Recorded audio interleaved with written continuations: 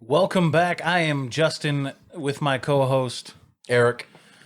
and we are Hoenn's Heroes. Zeros, that's right. You're a little late on Right that on one. time, though. Right on time. It was shaky. We'll get there. We'll get there. We just became Hoenn's Heroes. That's we right. used to be drinking a lot of coffee, playing with a lot of cards, and having too much conversation. That's right. There is a lot on the list tonight, except for there's not. Not a whole lot going on in the world of Pokemon right now. No, not really. I mean, we got some stuff to talk about tonight. We'll have a good show, but kind of limited on what we can Yeah, talk about. it's not a whole lot of pizzazz happening. At least not a whole lot of pizzazz happening like in the now. Right, You yeah. know, it's all In the in the future. distant future. Yeah. But anyway, so I am constantly thinking about Pokemon. Everything in my life currently just seems to be Pokemon centric. And I was kind of taking a look back. I do a lot of card openings on my own personal YouTube channel, Flexerton, for the shameless plug.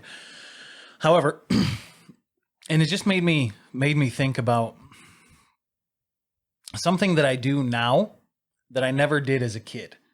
And I wanted to talk to you a little bit about and dissect this thought, because when I do my pack openings, or even when I just see a card in my adult life now, and maybe it's just the times we're in, my first thought is, yeah, this card's really cool and I like this Pokemon, but the thought of a dollar amount is always a part of that. I understand that. I mean, I think you're kind of in the investing side of Pokemon cards, though, as well. And I think it all just depends on the perspective of which way you look at it. Because, like, for myself, I'm not really... That's really not the case for me. Like, when I look at a Pokemon card, I think, is it playable? Because I'm more of a player than a collector. That's interesting to me, because you're genuinely, like, the first thing you do, would you say you, like, read the card? Oh, yeah. Because 90% of the time I don't read the card. Well, I kind of focus more on Pokemon that I know well, Pokemon I'm familiar with, Pokemon that I like. So I kind of steer more towards those, but I would say I look at the artwork first and decide if I think it's cool or not. And then I would say the first thing I do is read the card and decide. I make a decision if it's playable or not, in my opinion. Okay, so I really thought you were going to be in the same here. No, not really. I don't know, and it kind of made me feel like, I don't know, maybe I went down a rabbit hole in my mind that it was probably too far for the particular topic, but I was bouncing back and forth between, like, what does this even mean? Does this mean that I don't actually really like Pokemon and I see this as a means to an end? But that can't be true. No, I wouldn't think. It all comes down to the core, whether you truly enjoy Pokemon or not. It's just that there are, like I said, there's multiple different perspectives you can look at it. Because I know that you play Pokemon. Yeah. And I know that we have talked about Pokemon before we even started playing the card game. So I know that you enjoy it. You mean, it's obvious to me. Right. Whether it's obvious to yourself or not. That's true. And so I feel like then we break it down even further, where there's that type of person like me who enjoys Pokemon but understands that it has a financial value to it, and that part also excites me, especially now in my adult life. When I was a kid, I think the fact that we put first edition Charizards on our bike spokes says it all. Yeah. Value was never a thing. Yeah. Those packs costed $3, and that was the end of the story. But then, like, now that Pokemon's boomed, and I've had the opportunity, and in some cases the luxury to meet some people in the Pokemon world, the community, even locally, a lot of people I've met like to say they are fans of Pokemon, and then they get all, high on the events of Pokemon that have happened over the pandemic here to make things boom. But when they pull a good card out of a pack, the first thing they do is they sell it. Mm-hmm. I couldn't imagine that. I could not even imagine that. Yeah. So I think for me, I look at it this way. So it like as a kid, you know, you gotta let your imagination run wild, right? And like playing Pokemon is a big part of like imaginary creatures that you could go around and actually interact with in real life, which is kind of what I wish I could have done. You know, I wish there was real Pokemon. That would have been that'd be killer, crazy. right? But I mean, if you, as a kid, if you kind of limit your imagination and take the financial side into consideration, that it kind of takes a lot of the fun out of it, I would imagine, for somebody that age. But for somebody like you and I that are now adults, that we still have a lot of fun with it, but we know that we spend a lot of money on this stuff, where as a child, you don't have that thought in mind because you're not paying for it. Your mom and dad are spending their paychecks to get your cards. Right. So I think taking that consideration in, that you're spending a lot of money to obtain these cards, you might want to have some return on that investment. That's true. I mean, so maybe I was being a little too hard on myself. It is kind of that transition from childhood to adulthood, and I had such a big gap to where I was involved in the hobby heavily, where my most recent memory up until the last couple of years had been that, and that's all I knew. So I guess that makes sense. What kind of collector are you then, Eric? What kind of collector am I? Yeah, what kind of collector are you? Take me through your process of, you just bought a Pokemon booster box, and you're gonna crack it, whether that be on camera or nay. What is your process? What do you do with the cards from there? So when I would say when I open a booster box, the first thing that I want to do is just go straight to the good pulls, right? And that's not just like valuable cards to me. Like when I opened my Chilling Reign booster box, I was pulling out Echoing Horns. I was pulling out Rapid Strike Urshifus. I was pulling out, which not the VMAX or the Vs, but just the normal Stage 2 evolution. I was pulling out Melanies. I was pulling out other trainers like Path of the Peak. I was setting them all aside, knowing that someday they're probably going into deck so I can play. But I also enjoy, I do enjoy pulling non-money cards. Like Volcanion was always a Pokemon I wanted in the game when I was a kid. And so when I pulled that Volcanion V, even though it wasn't, the full art or whatever, I was excited to pull that Volcanion, because it's one of those Pokemon that I kind of attached myself to when I was a kid that I really wanted, and now as an adult I finally have it. Right. I feel that because I recently pulled a reverse Lugia, and Lugia is my favorite legendary from Ho-Oh and Lugia. Out of the two, Lugia is definitely it, and I was ecstatic with it. It felt like a VMAX to me. And I do feel like sometimes though the art helps that though too. Yeah. If the art's garbage, kind of like eh. Yeah, I think the art can help. That's one thing that, obviously gets a lot of collectors' attention, is like the alternate arts. Oh, yeah. Like that Rapid Strike Urshifu VMAX. That's hot. That alternate art is so killer, but it's so expensive. It is expensive. I don't want to drop the $80, $90 or whatever it is right now to pick one up. But right, and it was more expensive. Yeah, I saw it upwards of $110 at one point in time. I'm so stoked that I got that... Tyranitar? No, well, yeah, I got the Tyranitar. I've been pretty lucky in the alternate art department. Yeah. So I think I've seen you pull, 3 now? Blaziken, Shadow Rider, and Tyranitar. And I also have the Rapidash right behind me. Oh, me. yeah, that's right. Yeah. So okay. There's 4 out of the last couple sets. Yeah, the only one I've pulled is Galarian Slowking. So, yikes. Yeah. That's not a money card, but still... it's definitely cool artwork. No, and you've seen that video I made with Trey, and when he pulled the Tornadus, that card was hot. And while it wasn't the most valuable, it was super exciting for him, and it was exciting to watch him pull it. Yeah, I mean, that's one thing that, like, even the lesser cards, like, I binder them all up. The ones I'm not using, if I think it's cool, goes in the binder. Doesn't matter how much it's worth. With no rhyme or reason, though? Or No. do you have an organization in there? No. Okay, same for me with like my V poles and my old ultra rare. We'll classify it as ultra rares. Yeah.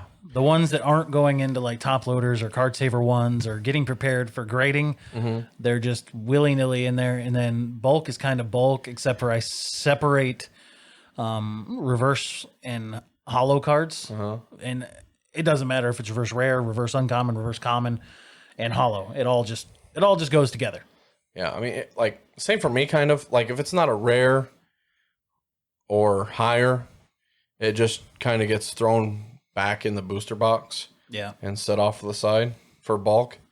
But, like, all my ultra rares are at the front of the binder because, like, when I played Yu-Gi-Oh! And played Magic the Gathering, like, it was always a flex to have your, most expensive, coolest cards Oh, absolutely. at the front of the binder. That way, Absolutely. because you always want somebody that's like, hey, can I check out your binder, see if you got any cards for trade? Yeah. They open up that binder and like, whoa. You know what I mean?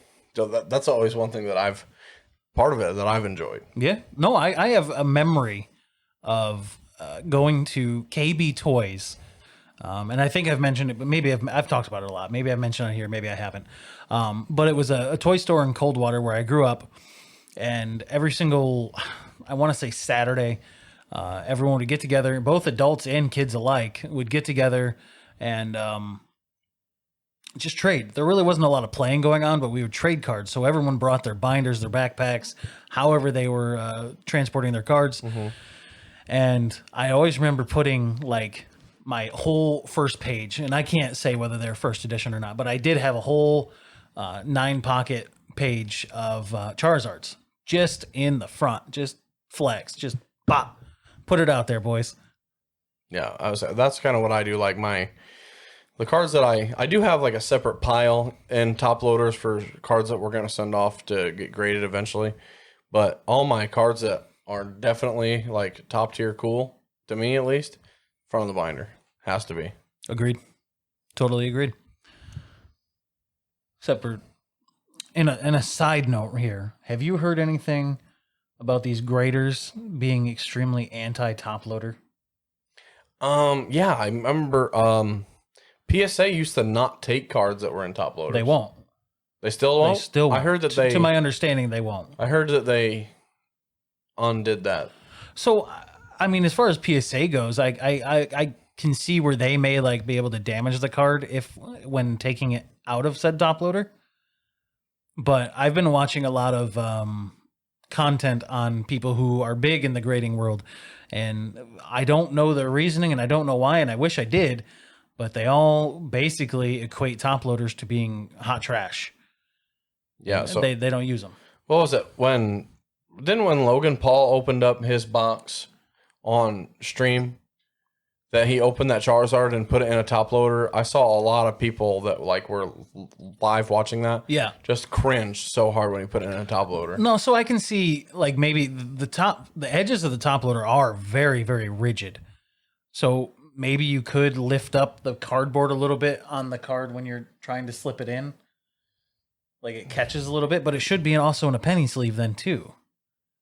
Yeah. I don't know. I wish I knew, because I do want to submit to PSA in the near future, or a grading service in the near future.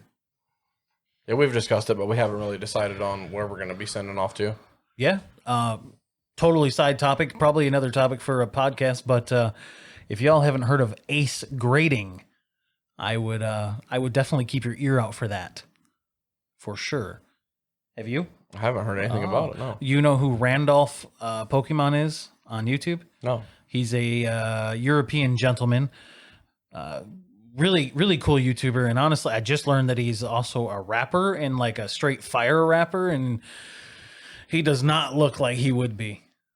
So that was pretty cool to learn. But he's starting the company, and okay. I like the direction that he's putting it in so far.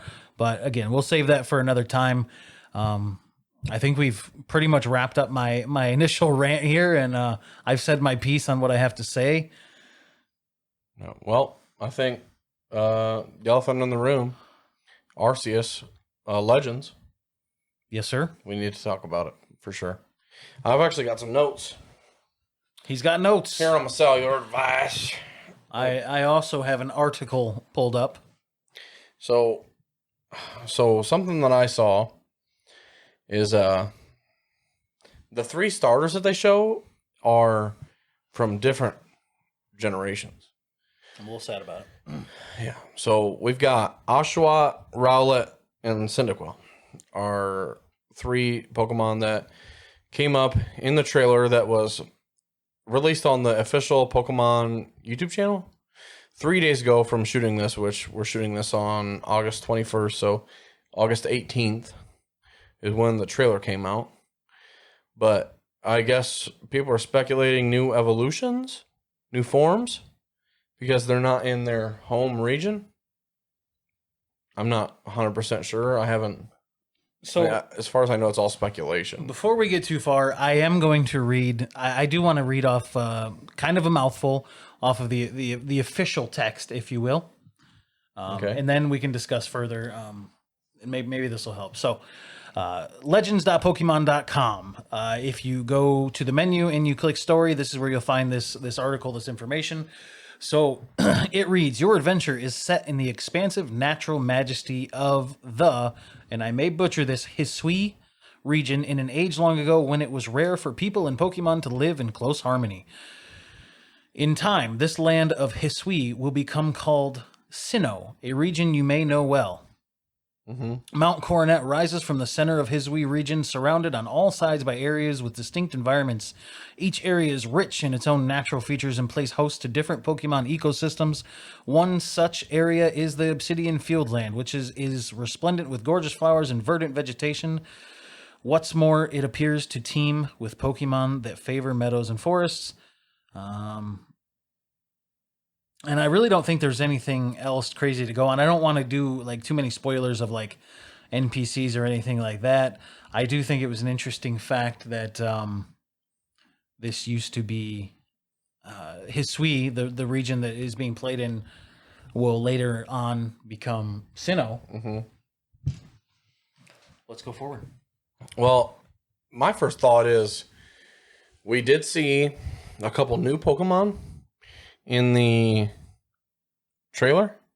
So we saw what appears to be Basculin and Stantler evolutions or forms. But Yes. I'm pretty sure that Basculin is getting an evolution, which doesn't make a whole lot of sense if we're going back in time to pre-Sinnoh, that they would get a evolution in an older time period, because what happened to their evolution and current Sinnoh as we used to know it? You know what I mean? That's true. It just, I don't know, it doesn't make a lot of sense to me.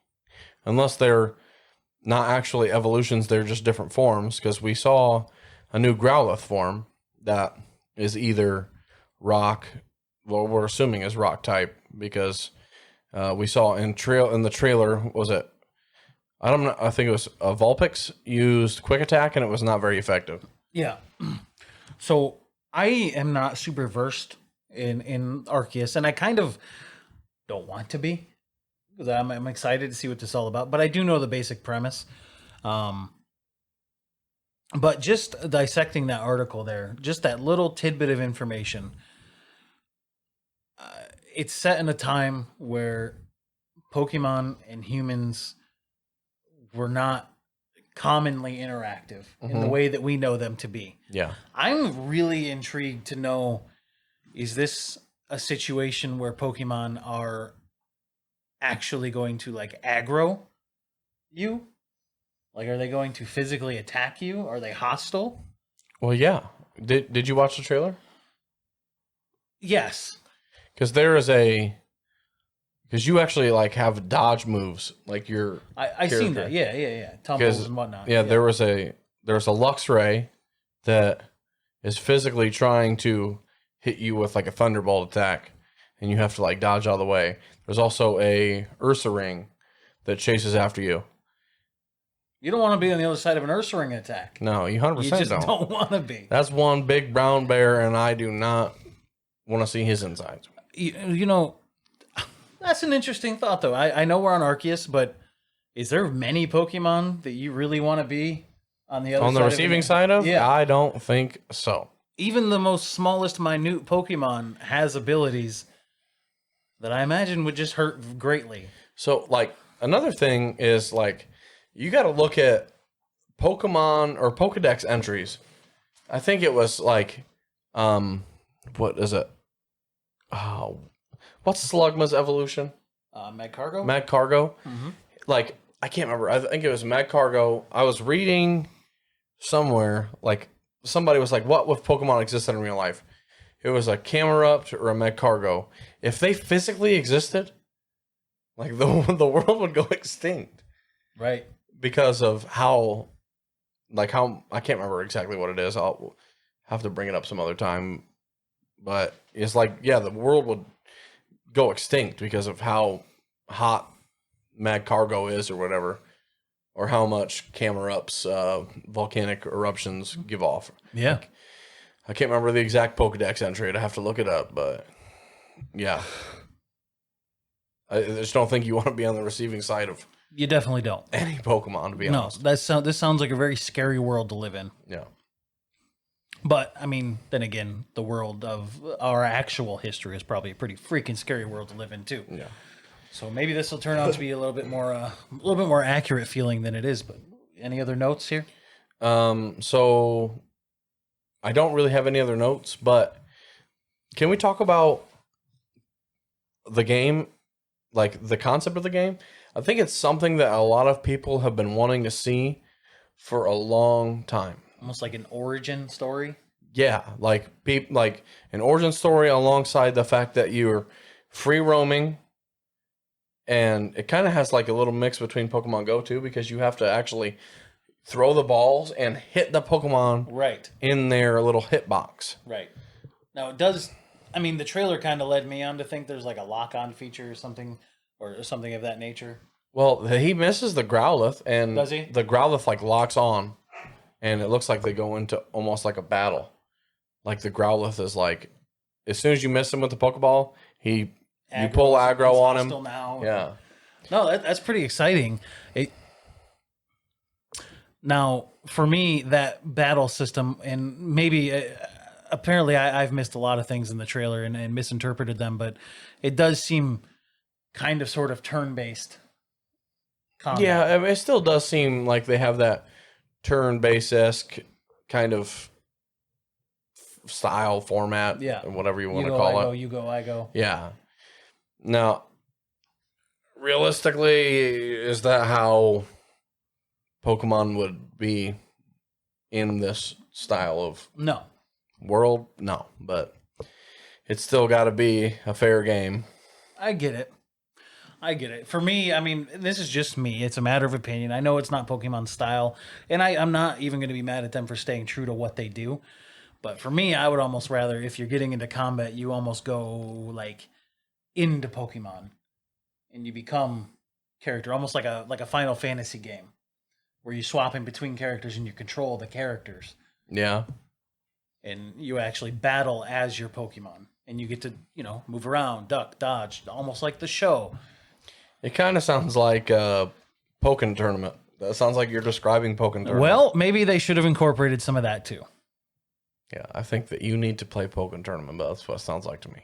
I love Pokemon Tournament. I've only played it like once, I think. Yeah, you trying to catch these hands. I don't know about all that, but is there anything else that you noticed in the Arceus trailer that maybe we haven't talked about yet? Again, I'm not extremely versed in this. Not hugely. I mean, I have seen a lot of people talking about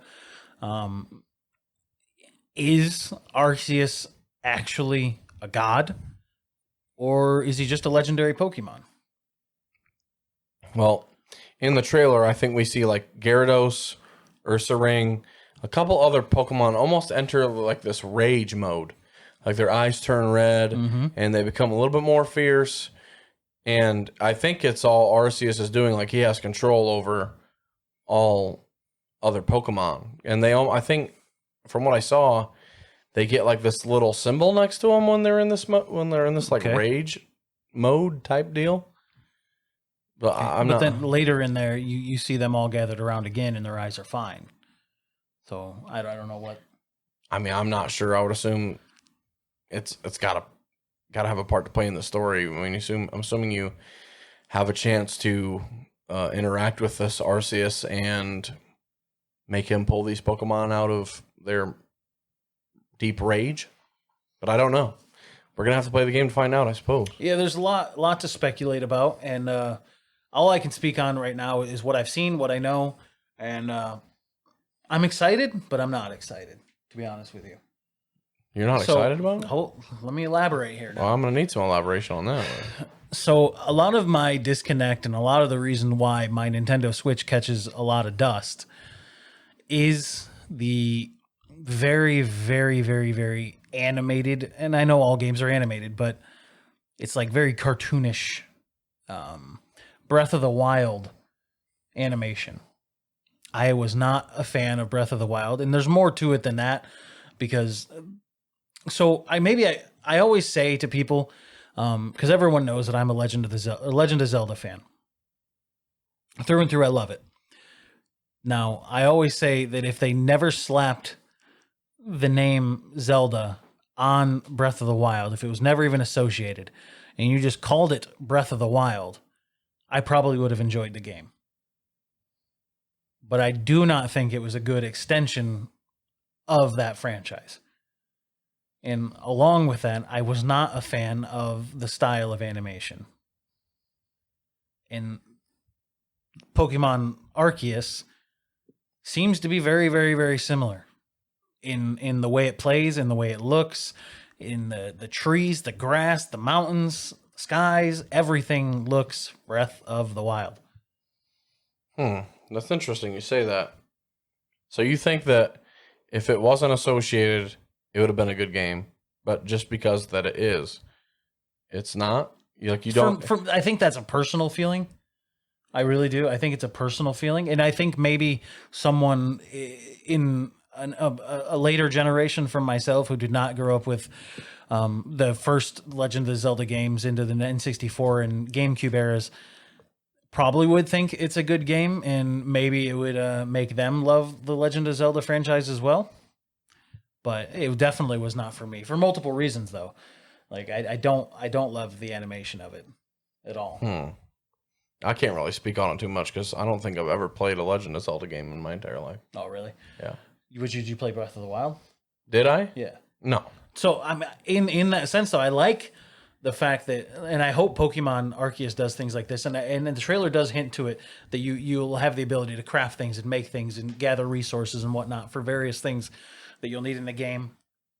So I think, and I know Breath of the Wild did that very much so too. You had to be resourceful in gather, and I like games like that because my history and my background is MMO. Right, and I was just about to say it sounds very MMO-esque in a way. Yeah. And I think, like, I can't remember what it's called, but there was a Pokemon MMO that a couple people threw together in development that's pretty hot, actually. Yeah. I can't remember what it's called, but I see a lot of stuff on YouTube about it, people playing it. I've never looked into getting it myself, but I think a Pokemon MMO I would definitely enjoy. And it kind of seems like that's what this Pokemon Arceus is kind of leaning towards in a way.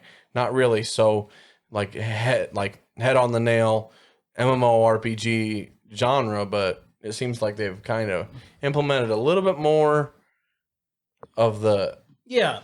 So what I really hope this game has, and the sheer fact that it is just like Breath of the Wild, it wore the badge Legend of Zelda. And it made me buy the game, and it made me play it.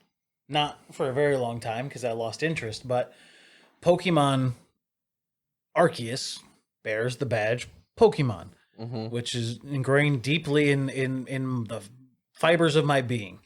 So, yeah, I'm going to purchase the game. I'm going to play it. I'm probably going to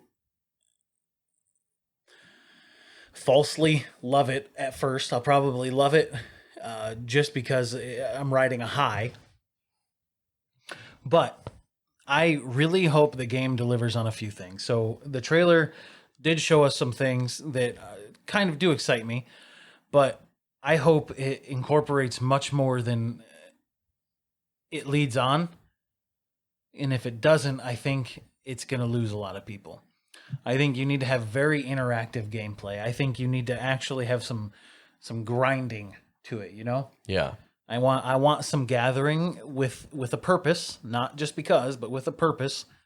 I hope there's like some sort of faction you get to choose. I want to make choices. Yeah, I see where you're going with this. You know what I mean? Yeah. And build towards something, and you know, like you can choose A or B, and when I choose B, A's dead to me. Now I'm going everything B. Let's freaking go B. It kind of sounds like Pokemon Go in a way. Yeah. Like you get what? Team Instinct, Team Mystic, and Valor. Yeah. So you choose one faction out of the three, and those other two, they're your enemies. Right. And when I say that, I don't mean it has to be that, but a decision like that. Yeah. You know? Yeah. Man, I had a little bit more I wanted to say about that, but I can't remember what I was going to say. Hate to see that. Yeah, you do. That's all right. Now that I've started thinking about what I want the game to be, my brain's... Yeah, as well, one thing I did want to say is it kind of sounds like you're afraid that you're going to have the same exact letdown from this game that you did on Breath of the Wild. Yes. Yes. That is a real fear. Which, I mean, I could see it. I could see it being becoming a reality, but I don't know. I'm excited about it. I think a lot of people are. I am excited about it. And just, it's almost, it's like I have herd hypeness. Mm-hmm. You know, everyone in the community that I'm greatly involved in is hype. So I can't help but be hype. I'm skeptic, but I'm hype. Yeah. And that's kind of my thoughts, man. I really hope it delivers on at least some of the things I want. I already know it doesn't on some other things, but let's just hope enough of it comes together and I like it. I think that it's what everybody's hoping for, just that they produce a game that we can all get behind and play and enjoy. Yeah. Because that's what video games are all about. Having fun. And please, for the love of God, team up with Blizzard and make a Pokemon MMO. Because no one does MMO better than Blizzard. You hear that, Pokemon? We're talking to you, Nintendo. Mm-hmm. Listen. We're talking about FU money here, guys. You guys got be real quiet money. I'm talking about STFU, get out money. Yeah. Okay. Well, is there anything you want to say about that before we move on to the next topic? I think until either another trailer or more information is released, or simply the game releases in speculatively January of 2022, that's what we got. I don't disagree. All right. I do, before we get on to the next topic, I do kind of feel like we should take a break here. I agree. We're kind of running out of time here, so. Yep. We'll be right back. Bye, have a good time.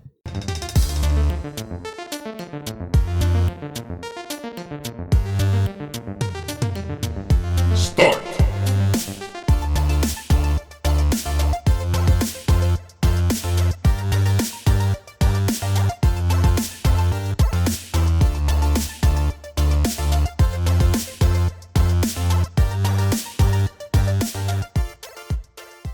All right, we are back. So we've just gotten off of talking about Arceus. Legend of Arceus coming out, again, speculative January 2022. There's more gaming Pokemon news. Nothing huge, but Pokemon Go has released Zacian and Zamazenta. Zacian up until the 30th or the 29th, with Zamazenta starting on the 30th. Now, this is so significant for me because I like Zacian and Zamazenta. I think it's pretty cool. One point I don't think they did well in. I don't like the way the Zacian looks in the game. I just don't. Well, is it? I think honestly, I think it has to do with the regular Zacian is kind of underwhelming. Yeah, he is very underwhelming. I like the one we get on the card. Yeah, that's Intrepid Sword Zacian, right, which is much cooler in my opinion. Much cooler. Even in the Pokemon Sword and Shield, Zacian is very underwhelming until you give him the Intrepid Sword, which, whether it's the best item for him or not, so mine is always carrying the Intrepid Sword just because it looks cooler. With that being said, I really hope they somehow, some way incorporate that into the game in a different form. Maybe, I mean, probably in the future. And then what would it be the Rusted Shield? Yep, Rusted Shield. Yep. Yeah, that would be lit. So for right now, they're lackluster, and I understand why. I just don't like it. Yeah, I get it. I just don't like it. That's personal, but I just don't like it. Now, the other thing that I want to mention about this is these are two pretty hyped up, significant Pokemon being released in 5-star raids in Pokemon Go. Now, we're just coming off of the news of basically what felt like cancel culture for Niantic and the Pokemon Company, based on their decisions of abolishing the extended distance in Pokemon. You mean revoking? I think that'd probably be a better word than abolishing. Either way. Abolishing, revoking, it does same. At the end of the day, it's the same thing. Either way. Same effect. You're just being complicated. Okay. Do you work for Niantic? You sound a lot like them. No, I don't. But anyway, yeah. Before I was rudely interrupted here, I just find it intriguing and interesting that with all that nonsense, nonsense bad. I won't say nonsense. Don't cancel me. With all that stuff that was being said about that and the YouTubers, not spending money and people up in arms about all this, I watch. So I use some of those Facebook groups, like I use worldwide friend codes. On there, from around the world, people post the raids that are near them, and you can put your friend code up there. They'll add you or you add them, and you do raids together from around the world.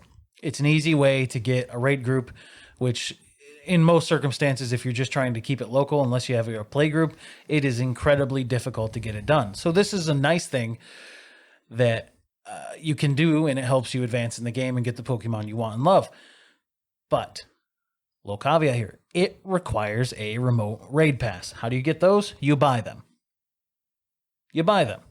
So during the time where everyone was up in arms, like I spoke of before, that all the groups that I belong to, and the Pokemon Friend Codes is the biggest one with over 400,000 members, I believe. It's pretty large. Was silent.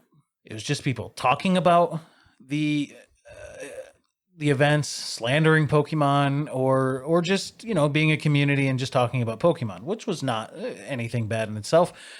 But now that Zacian and Zamazenta are out and we got something to actually be hyped about, people are back to it.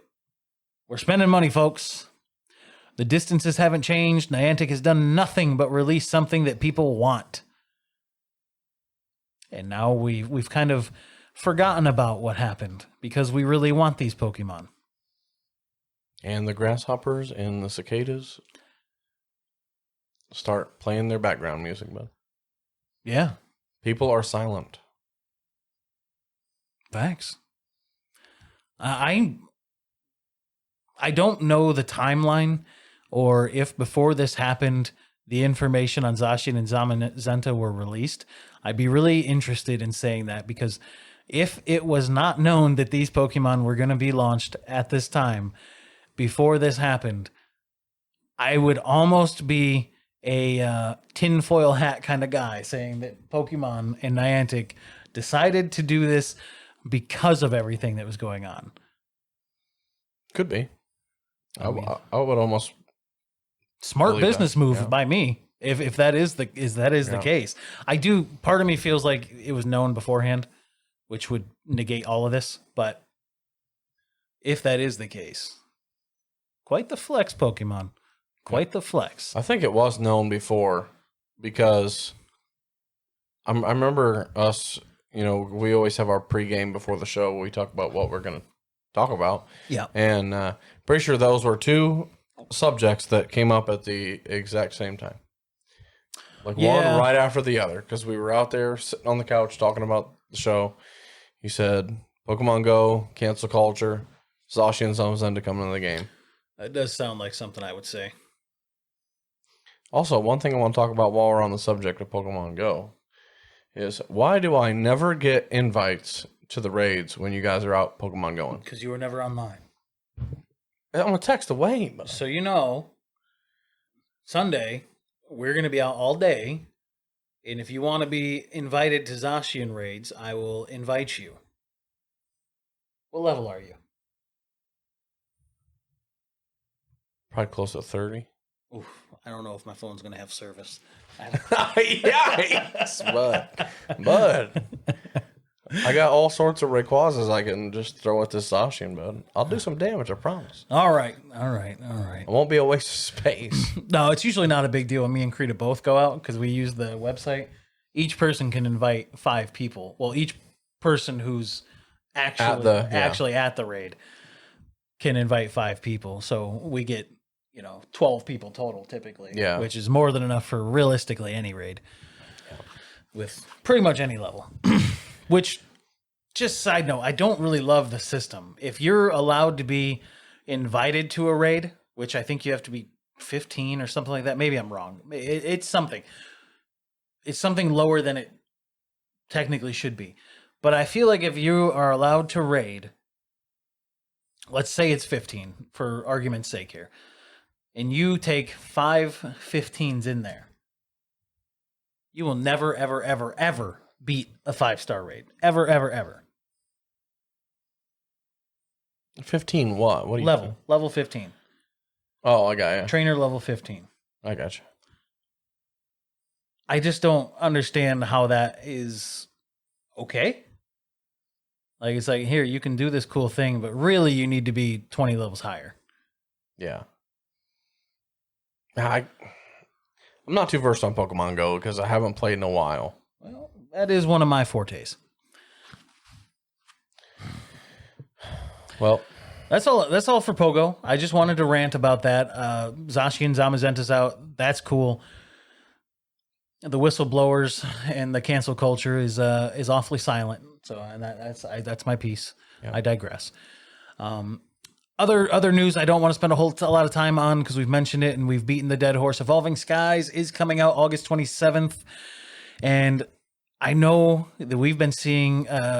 However, I know a lot of people have been able to get their hands on these cards early, and the pre-sales are ridiculous. You looked up some prices earlier. What were you seeing?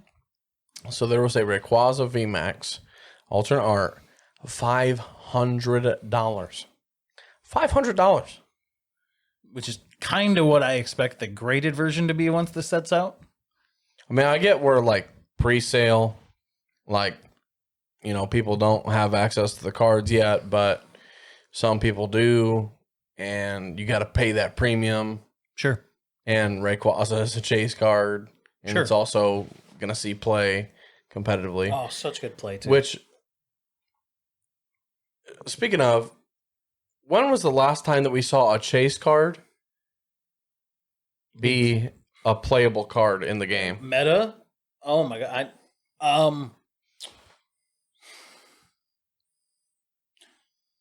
I mean, so I guess Chilling Reign you could make an argument for, technically. Well, yeah, but like, I mean, it is. You can't though. It's the same scenario. It's not Rayquaza though. No, I know. You're right. So Rayquaza is a chase Pokemon, where Shadow Rider isn't, or with Calyrex is not. Yeah, it's like, and Moltres was a Pokemon that people were looking forward to seeing, but it was just a throw-in card. Yeah, plays a supportive role. Yeah, it's Rob Schneider to Adam Sandler. Yeah, yeah, like the Calyrex is, it's your main hitter, but not a lot of people know who Calyrex is. So Right. Inherently, it's not super expensive, but it's still No, I won't lie. little to you. pricey. Before Chilling Reign and before Shadow Rider and Ice Rider, I had no idea that Calyrex was a Pokemon. No, neither did I. No clue. Because I think I mentioned it on, what was it, the first episode after the rebranding. I said that Pokemon Sword and Shield, I had just picked it up like 3 days before that episode. Mm-hmm. So, yeah, I mean, I didn't even know that Pokemon Sword and Shield had expansions. It's got expansions?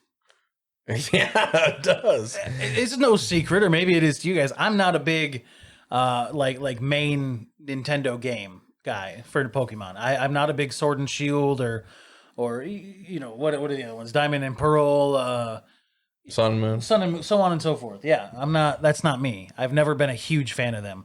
The most recent one I played was Let's Go, and I know that's not even like mainline, Right. but I mean it's mainline-esque. Yeah.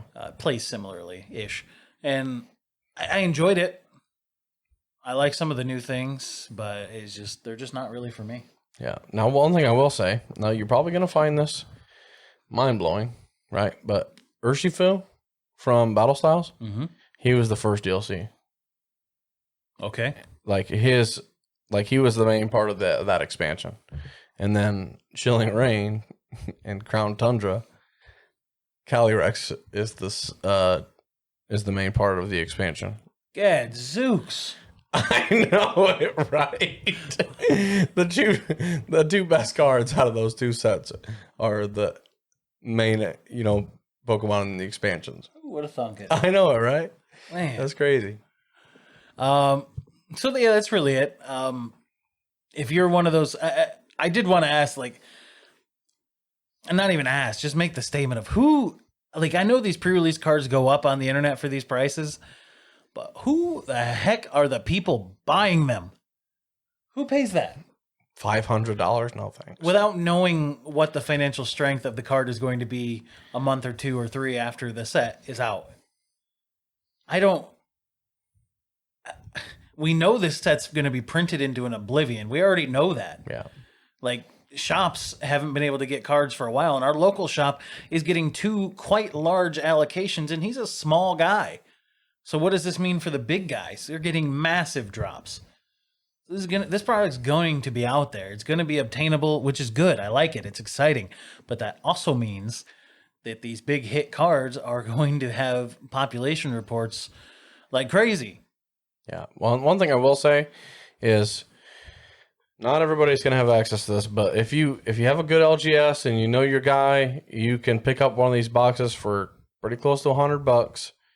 You can buy 5 booster boxes, 180 packs for the same price you would spend on that alternate art Rayquaza VMAX right now. Yeah. If you would just wait less than a week. And you're going to have way more fun and potentially get the card. Yeah, you have a potential to get the card and maybe a second one and all the other pulls that you would get from the box. Yeah.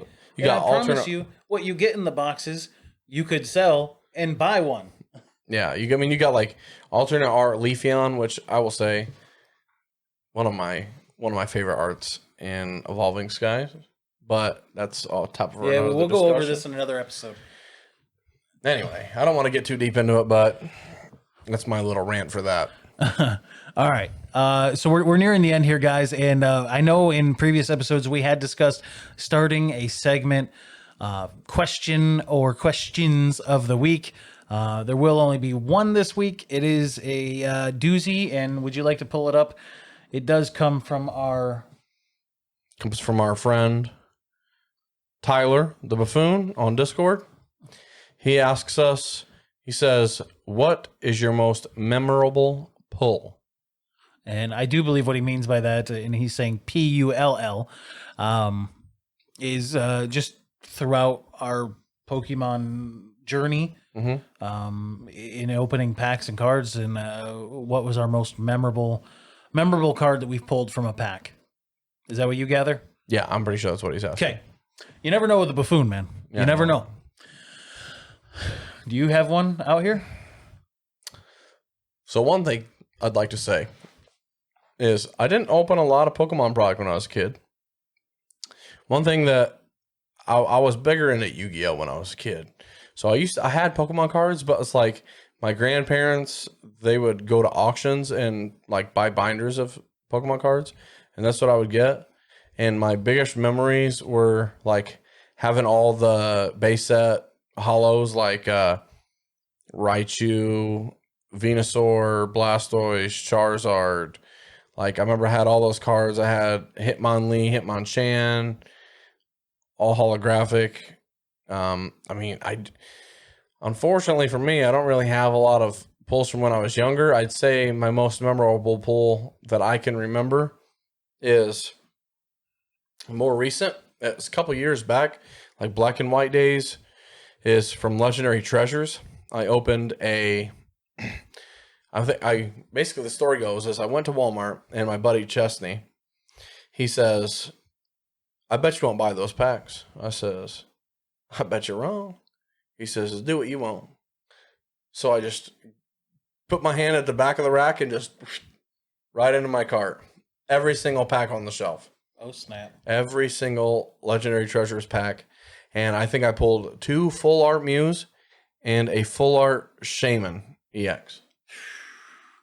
All that in was the back same. when we had the Radiant collection, right? The what? The Radiant collection? Was that in black and white? Or am I thinking of Generations? I'm not sure. I don't even know what you're talking about. Radiant collection. You must. Did you get out after black and white too? Yeah, I played like. Did you go into XY at all? I quit before XY. I think like Evolutions. I bought some Evolutions packs just because like me and Chesney, we'd always like if we were at Walmart, like we're like, hey man, you want to buy a couple Yu-Gi-Oh card packs? Yeah. See if we pull anything cool. I remember buying a couple Evolutions packs. I mean, I still have all the cards from my pulls in my little 4-pocket binder at home, but no, I mean, I don't think I played at that point in time. Okay. So you're just saying that the Mews and I think Shaman, 2 Mews and a Shaman EX. or that scenario in general was very memorable for you. Yeah. So I'm kind of the opposite. I have, while I did from like 2003 to probably 2012, it was very, very, very hit and miss, intermittent on my collecting and my buying. I was a teenager then, guys. I had other things to be concerned with. Mm-hmm. But so just for time's sake here, and I could go over several. The very, very first one in my life that I can recall, and I remember the feeling that overcame me, and this was at KB Toys, and this was first edition base set. So for all of you who are who ogle that now, just I was there. I did it. I came. I saw. I conquered. My very first ever, not pack, but I cracked a pack of first edition base in KB Toys. I remember waiting for my mom to get there. She always would give me money to buy packs, and I did my trading and my playing and my congregating until she got there. And this was like a 3-4 hour event. So I was sitting up front just waiting, and then I bought this one pack. I opened it, and there was a first edition base set Charizard. And I remember just running out of that store screaming, going to my mom, because my mom was mildly involved. Like, she knew I watched the show constantly. I played the games on the original Game Boy, and I had thousands and thousands of cards. Thank you, Mom, for supporting me in that hobby. When I was a kid, you went above and beyond in that department, that's for sure. I never went without, and I had much more than most. But yeah, that was just a nutty feeling, and it was nutty feeling then. It's kind of a sickening feeling now. I could imagine, yeah. And that was one of many to come. But yeah. I mean, that was the big. It's a hype card now. It was a hype card then, and it was. It was crazy. It was crazy. My mom thought something was wrong. Yeah. No. No, the greatest thing that ever happened to Justin and the worst thing that ever happened to Justin. That's kind of true. Yeah. Yeah, that is kind of true. Biggest regret, but happiest moment of his life. Right. Yeah. That's tough, man. It is what it is, man. The hobby's still here. We're still enjoying it. Oh yeah. I'm not retiring from it, but Yeah. I mean, so that's it for me. That's it for you, and that's pretty much it for us. Mm-hmm. You good? Yep. I don't got nothing else to say, so I think we're gonna send it off. You got anything else to say? Nope. That's it. Keep going. Send it off. All right. We'll see you guys in the next one, and thank you, Buffoon, for the question of the week. Appreciate you. Much love. We'll see you on the next episode. Bye. Have a wonderful time.